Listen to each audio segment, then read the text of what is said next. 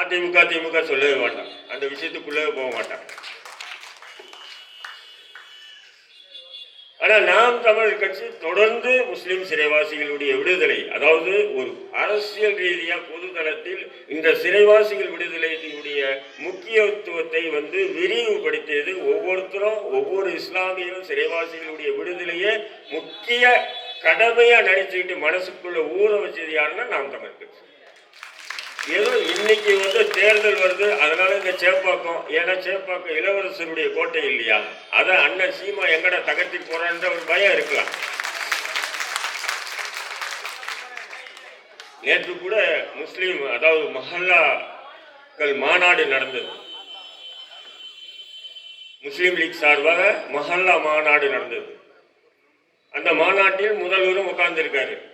முஸ்லீம் league தலைவர்கள்ல முன்னாள் வக்ஃப் board chairman, முன்னாள் பாராளுமன்ற உறுப்பினர் அப்துல் ரஹ்மான் இந்த இஸ்லாமிய சிறைவாசிகளுடைய விடுதலை எவ்வளவு அவசியம் என்பது அழகான முறையில் பேசுறாரு.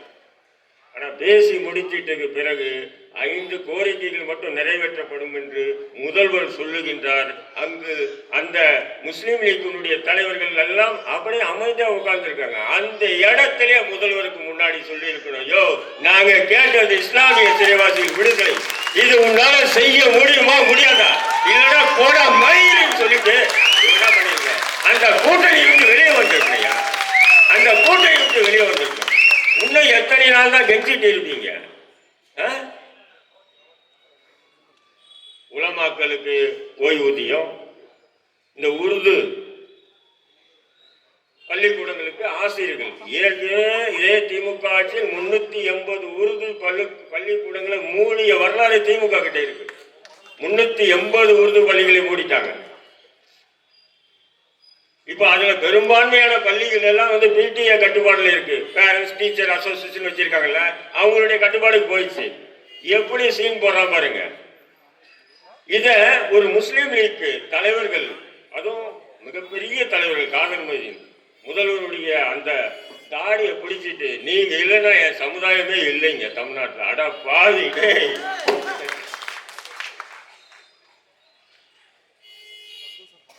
நீங்க இல்லைன்னா காப்பாற்றுறதுக்கு ஆளே இல்லை.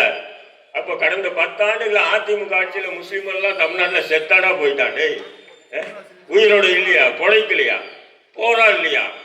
ஏன் இன்னைக்கு யோகி ஆதித்யநாத் ஆளக்கூடிய யூபியில கூட முஸ்லிம்கள் போராடுறான், சிறைப்படுறான், கொல்லப்படுறான், ஆனாலும் வாழ்ந்துட்டு தாண்டா இருக்கான்.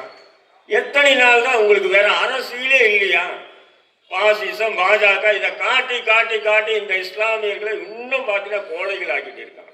அதனாலதான் இந்த இஸ்லாமியர்களுடைய உயிர்நாடி பிரச்சனைகள் எல்லாம் எதை பத்தியும் பேசக்கூடாது. அவன் வந்துடுவான், நீங்க அமைதியா இருங்க, ஓட்ட திமுகவுக்கு போடுங்க. யார் வந்துடுவான்? பிஜேபி வந்துடுவான். ஆனா இவங்க மட்டும் அடிக்கடி போயிட்டு வந்துடுவாங்க.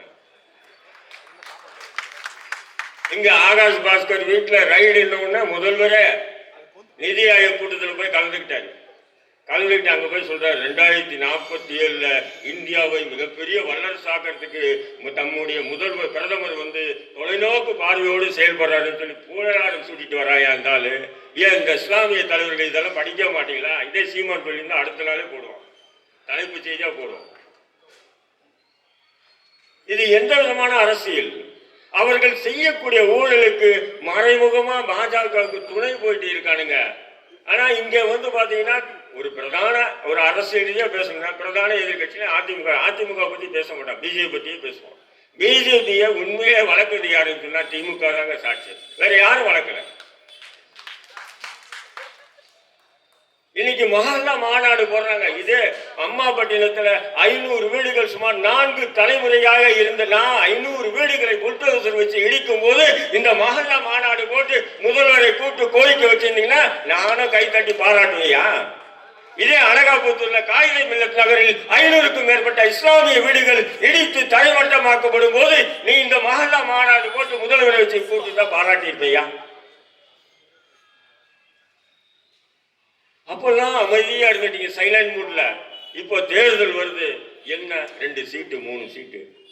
நான் உள்ள நுழையும் போது உமாயின் கபூர் தான் சொன்னாரு, 20 சீட்டாச்சும் கேட்டு உங்களுக்குள்ள பகிர்ந்துங்கடா, எதை விட்டுட்டு ஏண்டா 1 2ன்னு போறீங்கன்னு. உண்மைதான், அதை போக மாட்டாங்க.